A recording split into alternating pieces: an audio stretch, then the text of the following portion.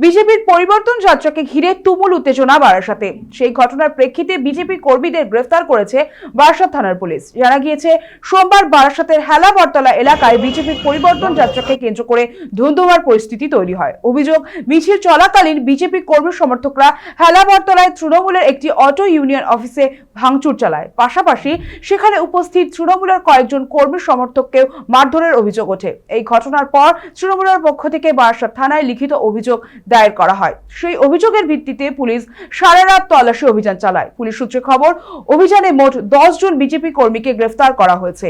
পাশাপাশি ধৃতদের মঙ্গলবার বারাসাত আদালতে পেশ করা হয়েছে।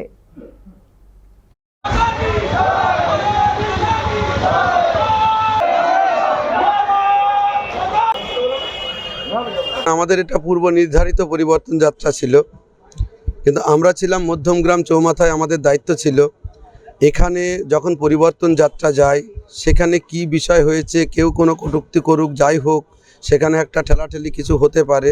প্রশাসন যেভাবে গাড়ি নিয়ে সিভিল ড্রেসে গিয়ে প্রত্যেক নিরীহ মানুষকে তুলেছে, এটার প্রতি আমরা ধিক্কার জানাচ্ছি। এবং সেখানে যে বয়স্ক সিনিয়র লোকেরা কোনো অপরাধী না, নির্দোষ, তাদেরকে তুলে নিয়ে এসছে, ঠিক আছে, এটা আমরা কখনোই মেনে নিতে পারছি না।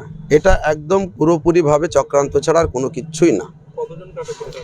এই মুহূর্তে 10 জনকে, তারা নিজেরাও জানে না যে কি অবস্থার জন্য তাদেরকে নিয়ে যাচ্ছে। ওখানে গিয়ে বলেছে, জিজ্ঞাসা করেছে যে বাইরে আসুন, একটু দরকার আছে, বড়বাবু ওখান থেকে একটু কথা বলবে। তারপরে সিধা বলছে যে বারাসাত থানায় যেতে হবে, নিয়ে যেতে হবে। কি কেস, কি নাম বৃত্তান্ত, কোনো কিছুই আমরা কোনো তথ্য পাইনি।